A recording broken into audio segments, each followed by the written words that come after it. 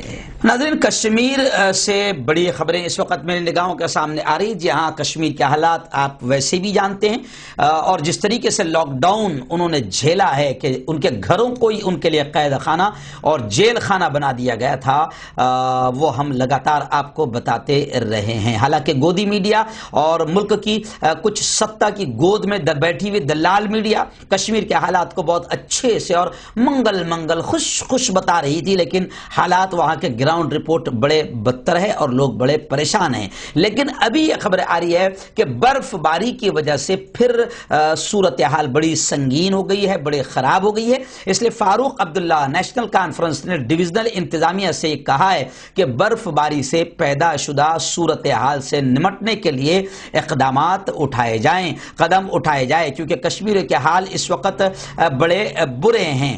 اور میں آپ کو یہ بھی بتا دوں کہ فاروق عبداللہ صاحب نے کشمیر کے حالات پر بھی ڈسکس کرتے ہوئے حکومت کو یہ بتانے کی کوشش کی ہے کہ کسی بھی طریقے سے کشمیریوں کی مدد کی جائے۔